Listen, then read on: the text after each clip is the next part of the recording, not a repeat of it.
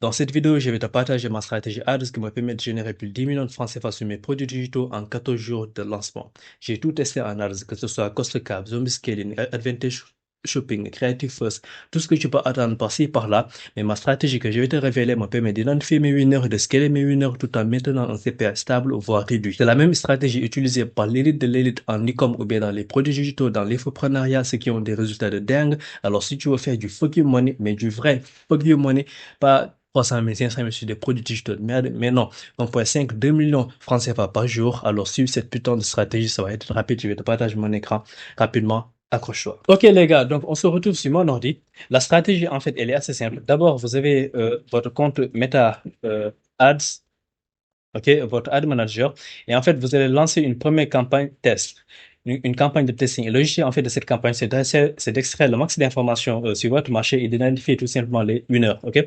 Donc, d'abord, vous avez première campagne, phase 1, qui est la campagne test. Et cette campagne, vous allez la lancer en CBO, c'est-à-dire budget au niveau de la campagne, vous allez activer Advantage Plus et vous allez mettre budget, par exemple, 50 euros de budget par jour sur cette campagne. Et la stratégie d'enchère, vous allez la laisser en highest volume, c'est-à-dire mode par défaut. Vous n'allez rien toucher, pas de cost cap, rien du tout.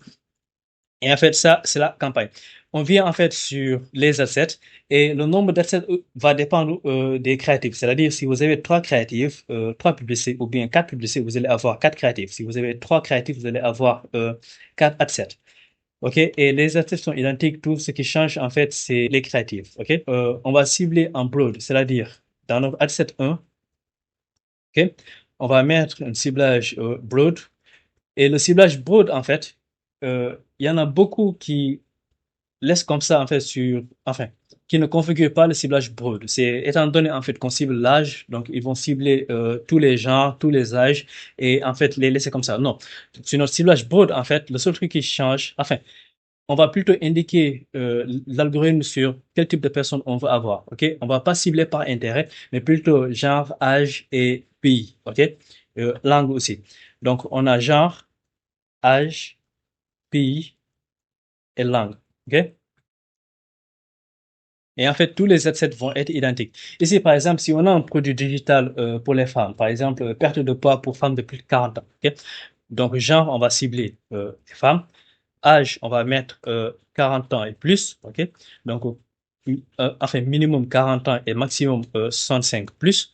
Et pays, en fait, le pays va dépendre de la langue. C'est par exemple, si on cible la communauté francophone, alors, dans ce cas, le pays, on va cibler tous les pays où le français est parlé. Par exemple, j'ai l'habitude, lorsque je lance un projet en Afrique, de cibler tous les pays de l'Afrique de l'Ouest. Par exemple, Sénégal, Côte d'Ivoire, Togo, Mali, etc. OK? Bénin, etc. OK? La langue, on va la laisser en française. Là, je me trompe. Bam. OK. Tous les assets sont identiques. Et là, en fait, ce qu'on veut, en fait, sur notre campagne, c'est non seulement de forcer Meta de tester chacune de nos créatifs, raison pour laquelle on les a séparés par créatifs, mais on veut aussi laisser Meta aussi d'enchérir sur la publicité qui performe le plus. OK? Donc, on va diviser notre budget par deux. C'est-à-dire ici, on a un budget de 50 euros. OK, journalier, on va la diviser par deux, c'est 25 euros. Et dans chacune de nos assets, on va mettre une limite de dépenses. OK? Et sur notre limite de dépenses, on va prendre 25 euros de notre budget, on va la diviser par 4 si on a 4 créatifs, et on va mettre une limite de dépenses minimum. 25 divisé par 4, c'est 6,25. OK? On va mettre 6,25 en minimum, et maximum, on va rien du tout mettre. OK? Maximum, on met rien du tout. Ici, par exemple, vous avez un budget de 50 euros. OK? Au niveau de la campagne par jour. OK? Ce qu'on veut, en fait, c'est prendre 50%, OK, de ces 50 euros et l'allouer en fait pour chaque créatif. OK, donc si on a quatre créatifs, on met 25. OK, 50% de 25, de 50, c'est 25. OK, on va mettre 50 euros, OK, divisé par 4. OK, et les autres 50%, en fait, on va rien du tout mettre. OK, on va juste laisser Meta, en fait, on va le laisser en mode libre et laisser Meta, en fait, de l'allouer pour chacune des créatifs. OK, ce qui fait que ici, en fait, sur notre premier asset, on va mettre 6,25. On a 4 créatifs, donc 4 assets par exemple. Ok. Donc, on va la dupliquer par 4. On va la mettre comme ça. Ça, on va la mettre comme ça, ça, bam. On va bien faire les choses, ça vous allez comprendre. Ok? Donc, on a ici,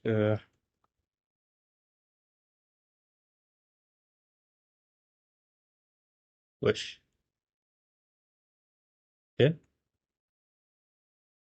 Ici, c'est asset 2. Ici, asset 3. Et là, asset 4. Ok? Et chacune des assets, en fait, dans chaque asset, on a une créative. Ok? Donc, on a créative. Ok? Donc, on a créative A, créative B, ok?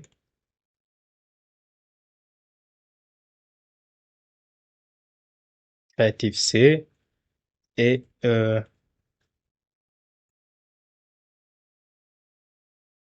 créative Creative DM, ok?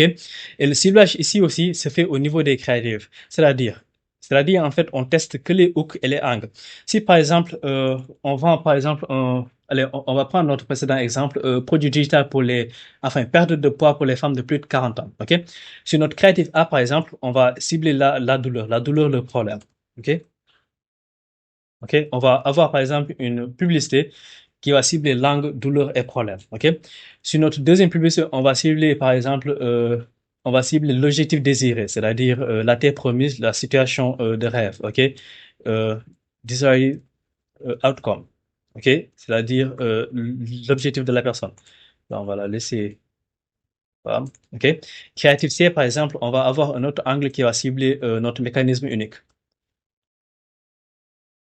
Ok. Mécanisme unique. Et quatrième publicité, on va avoir une publicité qui va cibler langue, je sais pas, croyance limitante. OK? Ce que la personne croit qui est en fait faux. OK? Par exemple, ça peut être la défaillance, enfin, la défaillance structurelle, c'est-à-dire tout ce que la personne a testé dans le passé. Enfin, pourquoi tout ce qu'il a testé dans le passé ne pouvait de toute façon pas l'aider. Et donc, en fait, on a quatre créatives qui ciblent différents angles. Et notre objectif, en fait, ce qu'on cherche à savoir, c'est quel angle fait réagir le marché. Ok, c'est-à-dire notre mineur.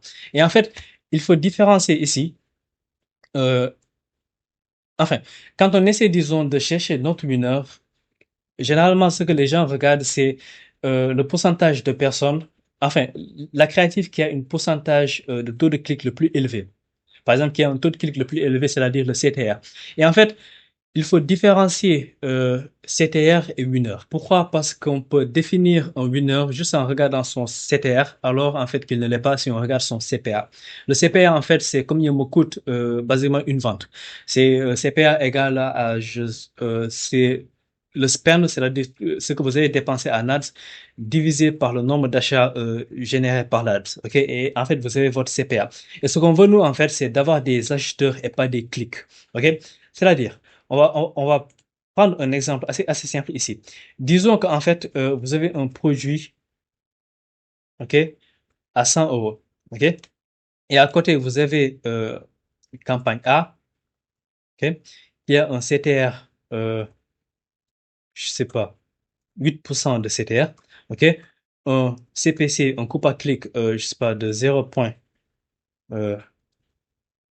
euros, et un CPA, allez, on va prendre un CPA élevé ici, ok, pour l'exemple à 80 euros, ok, donc 80% de notre budget, ok.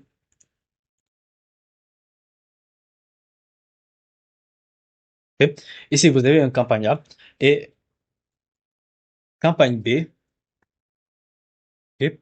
Et campagne B, vous avez par exemple un CTR de 0,8, un coût par clic, par exemple de 1,20 et un CPA par exemple de 25 euros.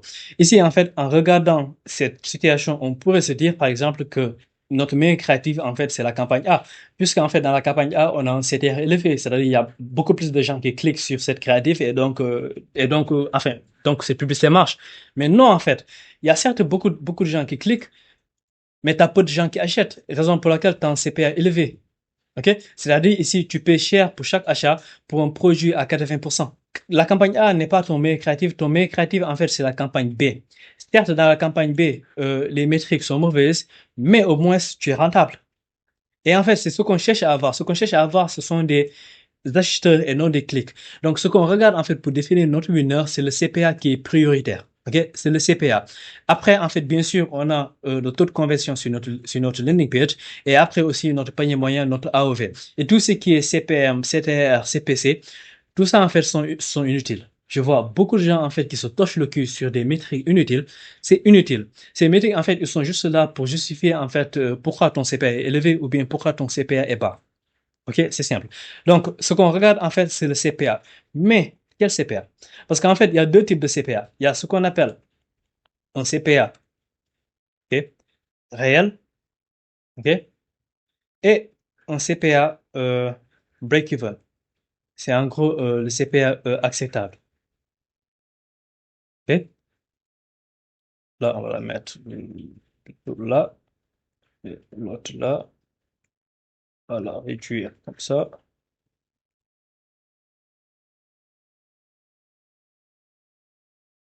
On va la réduire comme ça. OK. Notre CPA réel, en fait, c'est basiquement ce que Meta te coûte actuellement.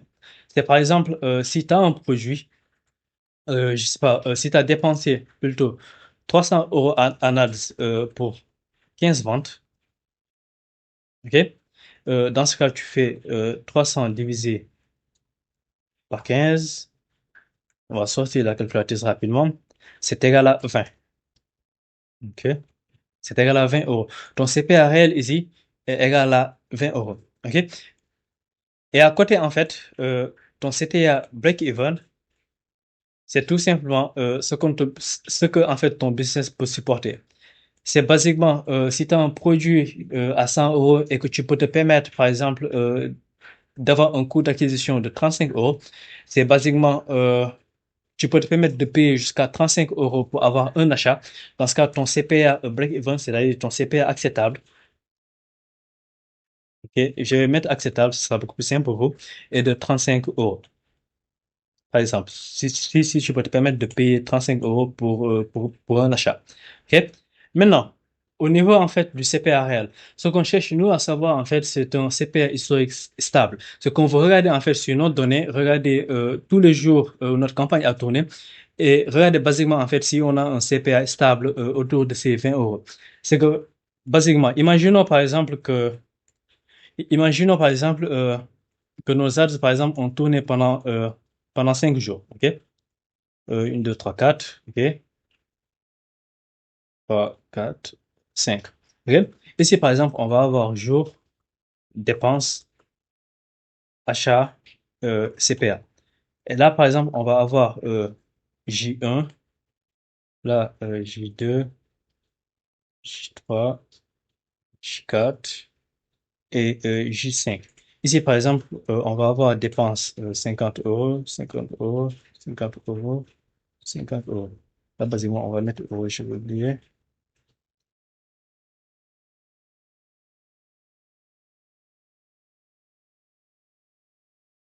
Ok.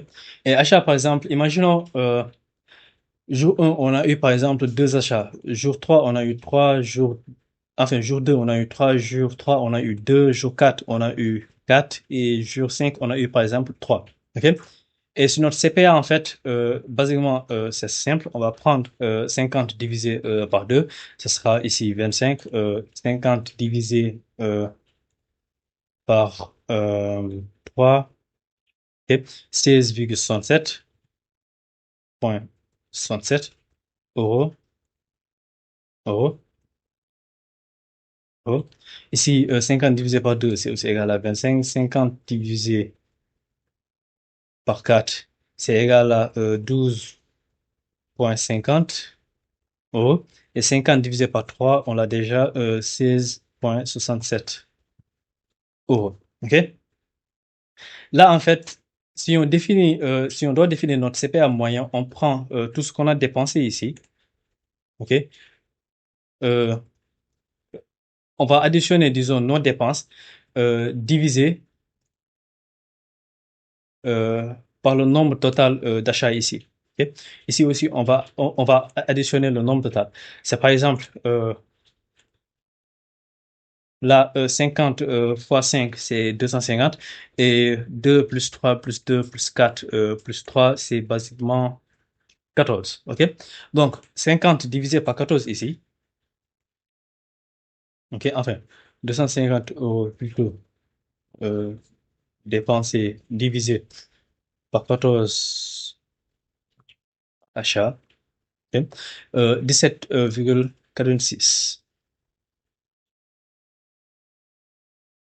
86 euros CPA. OK?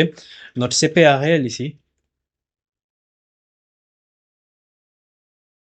notre CPA réel ici est donc 17,86. OK? Maintenant, on va essayer de définir notre CPA moyen. C'est assez simple. Vous additionnez tout le CPA et vous le divisez par le nombre de jours, c'est-à-dire 5. Si on additionne ici tout le CPA, par exemple 25 plus 16,67 plus 25 plus 12,50 plus 16,67, 95,84 divisé par 5 égale à 19. OK. Notre CPA moyen ici, 19,6 euros. Notre CPA moyen ici est de 19,6 euros.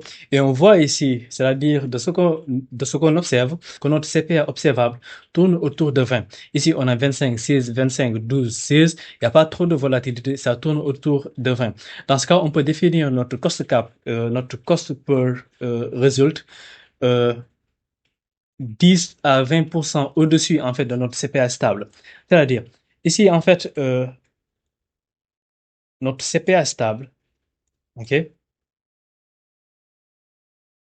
OK, tourne aux alentours de 20. OK. Dans ce cas, notre cost cap, OK, sera 10 à 20% au-dessus. OK. Donc, 22 à 24 euros. OK, au-dessus. OK. Ce qui fait qu'en fait, sur notre campagne de scaling, on va tout simplement créer une campagne de scaling ici. OK. Cette campagne de scaling, on va aussi la lancer en CBO. OK, c'est une campagne de scaling. Donc, on augmente le budget. Au lieu de 50, on met 100 euros de budget par jour. OK. Et ici, sur notre stratégie d'enchère, euh, B, B de stratégie, on va tout simplement mettre objectif euh, cost per result, coût par résultat. Coût par résultat. OK. Étant donné ici qu'on connaît notre cost cap, on peut mettre un objectif de coût par résultat et Meta va tout simplement essayer de se rapprocher de notre objectif le plus proche possible. OK? Donc, on va avoir deux assets. On va d'abord avoir un asset 1 où on va centraliser nos winners du campagne testing et un asset 2 où on va créer des variantes en fait de ce winner. Sur notre asset, euh,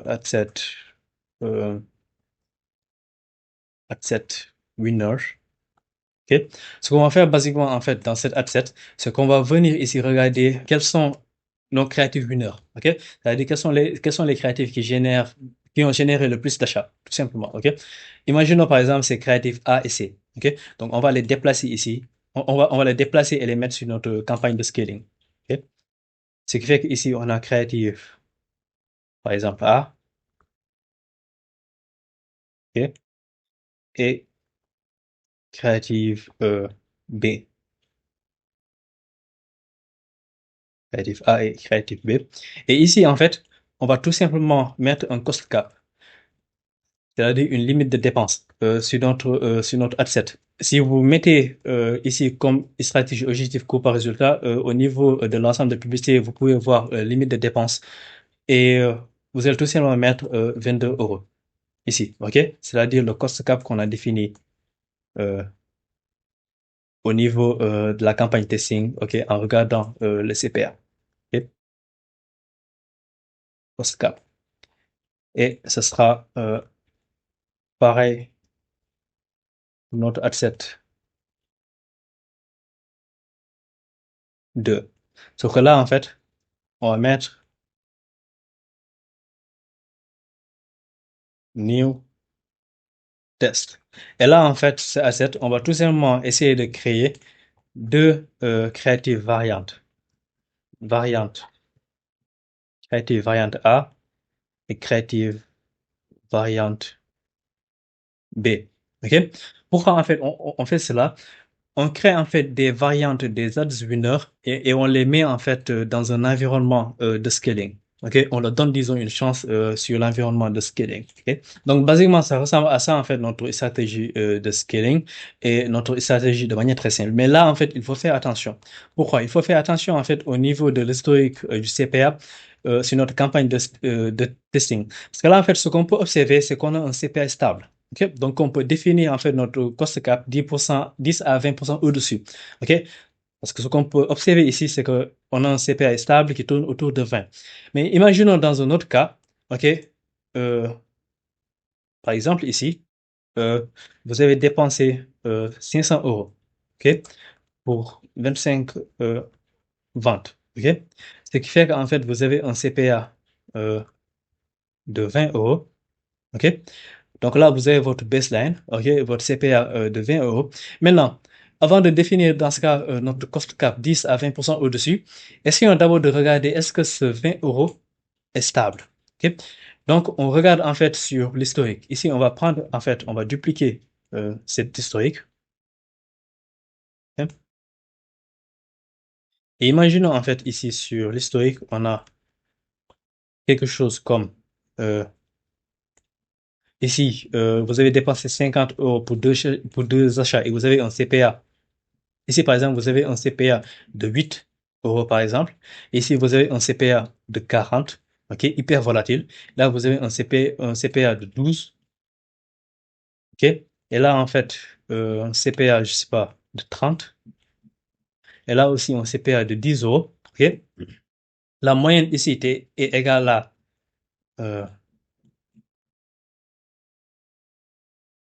20 euros, ok. La moyenne ici est égale à 20 euros, ok. Mais ce qu'on observe ici, c'est que notre CPA est hyper volatile. Ok, notre CPA ici a été hyper volatile parce qu'on est passé de 8 à 40, à 12, à 30, à 10. Même si ici notre moyenne elle est de 20, on a une variable énorme en fait. Notre CPA en fait n'est pas centré autour de 20. Si on met ici notre cost cap 10 à 20% au-dessus, c'est-à-dire 22 à 24 euros, ok, sur notre campagne de scaling, ça sera trop agressif en fait. C'est trop agressif. Tout simplement parce que si on regarde dans nos données, notre CPA stable ne tourne pas autour de 20. OK? Ça sera trop agressif. Ici, en fait, ce qu'on doit faire, c'est d'essayer plutôt de comprendre pourquoi on a 2 jours mauvais. Parce qu'on a 2 jours ici où notre CPA a été trop brut. Ici, on a le jour 2, on a 40 euros de CPA et le jour 4, on a 30 euros de CPA. OK? Pourquoi en fait on a 2 jours mauvais? Et généralement, si vous avez un CPA élevé, euh, il y a peu de personnes qui ont acheté, ça veut dire qu'il y a peu de personnes qui ont acheté, donc faible taux de conversion au niveau de votre LP, et donc ça se passe au niveau de votre LP. Faible volume de conversion, euh, soit mauvaise data envoyée par votre pixel à l'algorithme, dans ce cas, vous devez corriger votre tracking, ou bien peut-être vous avez effectué un changement d'audience au niveau de votre ensemble de publicités. Mais généralement, c'est au niveau de votre LP. Dans ce cas-là, si vous observez que votre CPA ici n'est pas stable, alors sur votre campagne de scaling, ici, vous laissez plutôt en highest volume. OK? Vous ne mettez pas de contraintes. OK? Vous laissez en highest volume et là, vous testez tout simplement, enfin, vous poussez à fond vos winners et vous testez des variantes de votre winner. OK? À l'inverse, par exemple, si vous avez, je sais pas ici, si vous avez un CPA ici de 12, OK? Là, vous avez, je sais pas, 21. Là, vous avez 18 euros. Sud haut. Là, vous avez 22. Et là, vous avez 20. OK? Vous faites la moyenne, vous obtenez 20. Et vous observez aussi que votre CPA, enfin, ce que vous observez, c'est que votre CPA tourne effectivement autour de 20. Là, c'est 12, 21, 18, 22, 20. Ça tourne autour de 20. Dans ce cas, vous avez beaucoup plus de confiance de fixer un cost cap ici, 10 à 20% au-dessus, c'est-à-dire 22 à 24 euros. OK? Sur votre campagne de scaling. OK? Puis, en fait, au fur et à mesure, bah, vous pouvez descendre de 22 à 20, après à 18, etc. OK? En fonction des résultats. Mais basiquement, voilà la stratégie. Et aussi, un dernier point que j'ai oublié aussi de mentionner, c'est votre pixel. Au tout début, en fait, lorsque vous lancez votre campagne de scaling, vous n'avez pas assez de conversion. Donc, au lieu, en fait, d'optimiser votre pixel sur les achats, vous mettez, en fait, votre pixel, enfin, vous optimisez votre pixel au niveau, en fait, de l'événement, soit initier un paiement ou bien lead si vous vendez en B2B. OK? Parce que vous n'avez pas assez de conversion. C'est soit en fait vous faites cela, ou bien soit vous avez un budget élevé sur votre campagne de testing, par exemple de 100 à 150 euros par jour. Et donc dans ce cas, vous pouvez mettre un pixel, enfin vous pouvez optimiser votre campagne au niveau de la campagne testing. Mais basiquement, voilà la stratégie que j'ai mis en place pour tout simplement aller chercher les 10 millions de francs CFA sur mes produits digitaux en 14 jours de lancement.